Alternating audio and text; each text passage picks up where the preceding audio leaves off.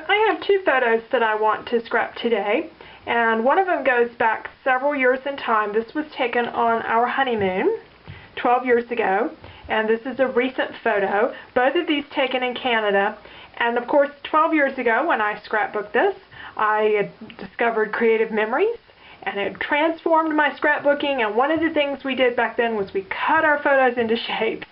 So when I took the old photo and scanned it, of course I had the oval shape, and I don't know how the tops and the sides got cut off, but it doesn't really matter because I'm going to be cutting it out again, and I'm going to have to cut it in an oval shape unless I really want to lose a lot of the background, and I don't want to do that. I do have the original negative for this, but I would have to dig it out, and I know where it is, but I'd have to dig it out, and I have to find somebody to print it, and around here I don't know if anybody do that. So since it was just the one photo, I decided to go with it in the oval shape. The papers I'm going to be using for this project are the Persimmon collection from Basic Gray, and I shared these on a shopping video recently. The colors work really well with a lot of the things that we did on our trip. And also in the Persimmon collection, I bought this pack of wood cards. One of the cards had an oval shape and has this little bird, which is appropriate to the what was going on with this picture here. So I decided to put these three together, and this is the sketch I've come up with. So I'll have my main current photo in the middle, and then my 12 years ago photo over here, and then use this card with the oval on it to balance. And to make this balance, I'm going to take this and cut it in an oval and then frame it with some pattern paper or maybe cardstock, I don't know, wood embossed or something to make to give this kind of a similar look over to this, or at least to make them a little bit more symmetrical. Now in the background of my page, I had in mind misting a design up here at the top. I knew I was going to use some kind of simple paper. This is one of the papers from the collection. The other side of it is this, you can see the border they've got down here is this very bold print, and I may use a little bit of that on this particular layout. But this color looks beautiful at the top. However, you know how stingy I am with paper. I only have one sheet of it. It's my first layout out of many from this particular collection, as this collection went really well with a lot of the pictures from our trip. So I really hate to use it all up on this background, which is going to be largely covered up. So since it's such a simple paper, the first thing I did was go to my blue and green drawers and look and see if I had anything else in my stash that I could use. And I had this paper from Stampin' Up! That happens to be just the perfect size. It worked okay, but it didn't match quite as well to the card in my coat because it's bluer than this one is. And then I had this paper, which I think is Fancy Pants, and it goes really well. And I love, I could even do this without the misting on there, but I kind of had myself set on doing the misting because that looks really good, and it looks good with the other papers that I'm planning to use. So I think that I'm going to work with this one instead of the one that came with the collection and save it for another project. I'd say I may use a little bit of that navy on the other, as a trim or something on this page, I'm not sure. Now, to do my misting, the other advantage to doing this is if I do the misting on this and I screw it up, it's a piece of scrap paper anyway. So I can always go back to what was in the collection and maybe stamp or just forget about that design at the top because I've got, you know, a lot going on here anyway. But I would like to give the misting a try. For this background. So what I had in mind is to use this stencil. I made this myself using the Cricut. I have a video on doing that, and I'll share it with you as a link to this process video. So I'm going to put this in the center top of the layout, and I just want to mist lightly over it so you get a little bit of this design. It kind of makes it look like our heads are up here in the clouds a little bit. We weren't really high up on this one, as you can tell. We were on the beach as opposed to this one where we were very high up on a mountain, but it still kind of gets the theme that I have in mind. For mist colors, I'm looking through my mist sampler, and I can go really subtle with this sort of homemade mist I have from Baja Breeze ink. Or I could use the water cooler color from Studio Calico, and this one I really like. It goes beautifully with my coat in this photo and with the green here. So this is the one I'm going to try. So I'm going to do a little bit of light misting on this.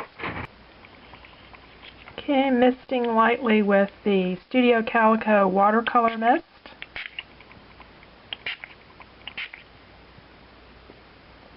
That may be enough. I don't want a lot here. I'll lift this up carefully. Yeah, I think that's probably plenty because that's darkened the background sufficiently. Okay, I have my background elements glued together. I'm starting to add the photos just here on the basic gray mat so everything can be kind of positioned temporarily. I'm going to need to add a square around that oval. And I'm not sure what color to make it. I didn't have any gold, so that one wasn't going to work. I'm looking at doing a cardstock mat, so I'm going to my cardstock deck here and picking out some colors. There's a peach parfait color that's probably the closest. I just don't know if that's going to be too much orange, so that's one thing to consider. I probably need to get my title in place before I make a final decision about that. The titles, the letters that I had originally set aside for this collection were a little more modern than I thought needed to go here, so I used some basic gray lettering. And then I have some really small letters from Jelly Bean Soup called Alpha Beans that to do part of the subtitle. They sort of lead into the journaling.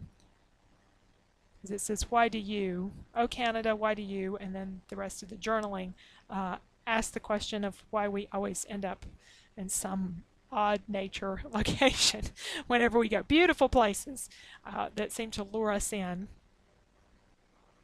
Right, so we get that in place, and then deciding quite where the journaling needs to go, where it needs to go a little bit higher or a little bit lower. I thought maybe it needed to go a little bit lower on the page. And I'm back to this frame, trying that peach parfait paper, and that's a lot of orange. So I think it's going to have something else. The card has a little bit of a brown edge, so I thought some brown paper around the very edge would be good. I even considered doing the frame out of the brown, but that was just a little bit too much. But a little brown border I think will link these two together. I could do green, but then I'm going to be setting on a green background. So I'm looking at that card and considering more of a beige or an ivory background for my mat to go on that oval. I did mat my big photo because once I started matting everything, it was going to need matting, and that really helped its appearance. Adding some brown distress ink, the vintage photo distress ink like I've done with everything else, to the oval mat. And I'm going to round the corners so it'll match the little wood frame that we have. I don't know if I'm around the corners of the large photo yet. I haven't decided. I'm just kind of thinking out my process here, and I decided I needed a background stamp, that beige was a little too plain. So I pulled out some Soft Sky ink, which is a light green, and a background stamp from Hero Arts. It's very subtle. It's a similar pattern to the one on the card, but not the same pattern. I just wanted it to not be beige. I wanted it to have a little bit of pattern, but not really to be very loud or bold. And I think that's going to work out together there. Match the cards without being exactly the same. So now getting things pulled together here, I've got to put something in the middle of that oval frame, and unfortunately I don't have a stamp. I'm going to use this floral paper behind the bird. It's the only small print in the collection. I do have, though, a stamped image that I can put in the middle there. I did this at a friend's house so I would be able to add it to Scrapbook Pages. So I'm going to try something kind of like decoupage, where I take that little, first of all, let me cut out the floral here for the bird.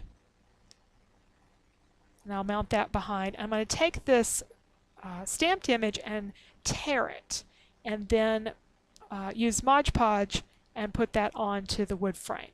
My mother used to do decoupage, where she would take a torn image and put it on a piece of wood and then go over it with layer after layer after layer of Mod Podge, and got this beautiful finished look.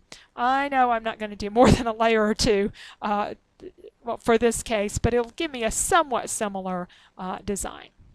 I think it is going to need some distress ink around the edge, and I'm using antique linen, just the lightest one that I have, because Mod Podge will make that stuff run, so you don't really want to use a really dark ink there because it's not a waterproof ink. Just put a little bit of Mod Podge over that. Sorry, my head's in the way there. And add a little bit more here to the card. I did not glue the paper behind the bird yet because I didn't want to get Mod Podge on it. I knew I wouldn't get an even coat down there in that little space, so I just thought I'd put it in there last. I'm going to do about 2 coats of Mod Podge and let this dry.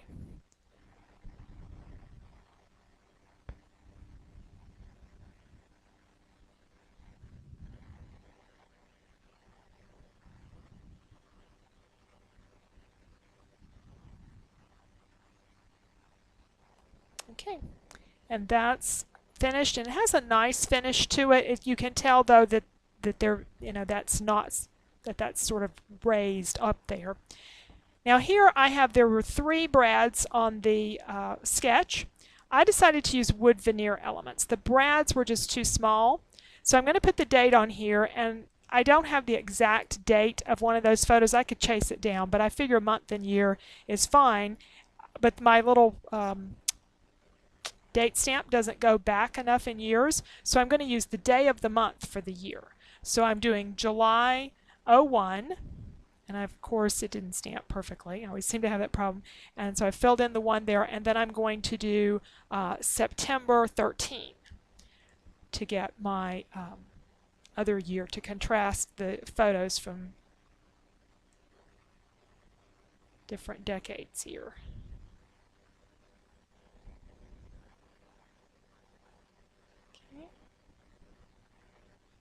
So July 01, September 13, and I'm going to put a little dash between those. And I've got a little bit of extra ink there over on the right, but I'm going to be putting some brads on this anyway, so I should be able to get that covered up. And I changed that little dash to an arrow. Right, and now for figuring out what to put where. These elements came out of a pack, I think from Studio Calico. I don't have the original packaging, but that's where that label on the bottom came from. And then I have a round element up there on the left. I may still add some brads on top of them. So I pulled out some of my Mind's Eye brad stash. Anytime I can find my Mind's Eye brads on sale, I buy them because they go with everything, even though they're not. I don't always use my Mind's Eye paper. This is basic gray paper. So I'm looking for colors that will bring some of the orange, the blue up, and some of the green down. I've got some cord there that I'm considering tying around the brads as a possibility. Let's get those in place and see how they look. Now I found this perfect orange brad. This was in the My Mind's Eye packet. It's a floral, and it looks absolutely perfect with that paper below. I have these 2 greenish colored brads, and I'm going to try the crocodile for punching the holes to see if it goes through the wood. And I was so eager to try that out, I didn't mark the hole, and I ended up with the hole a little bit high. So on the other side I marked it so they would at least be matching holes, even though they're actually a little bit low, I should say, on the wood piece, and not really in the center like I'd originally planned them to be. And I'm just going to put those through the back and then glue this whole thing on with hot glue.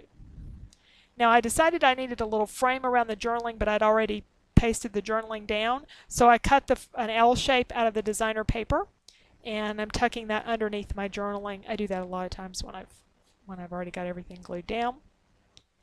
And this little embellishment, I punched a design. You can't see the punch there. It's a boho blossoms punch, but I punched a blue piece of cardstock to go behind the brad because the ribbon or the trim there I had just did not look good. The twine didn't. And now I'm using a gold marker to fill in around the edges and add a little bit of color to the wood. And this is one of the reasons why I love to buy elements and put them together, because you'd never find that color combination in a purchased embellishment. Completed page. Taking a look at the sketch, our big challenge was this round photo, so it's now in its own frame to match the embellishment that I had. I used the misting along the back for this design, and then I still used the brads, but I added a little bit more to them. Let's take a look at some close-ups. Background misted, and then tried to bring some of the green down here with this paper that has a little bit of green in it, and these green brads, and taken a little bit of this blue up with some of the brads, and then this embellishment. And this is why I almost never purchase embellishments, and I love to make my own, because you'd never get that color combination of orange and navy and gold in anything else. So those My Mind's Eye brads come in handy so often, and I love the wood embellishments because you can just add whatever colors you want to them. So thanks for joining me today, and please check out my blog. You'll find the sketch and some more information about the layout and the photos.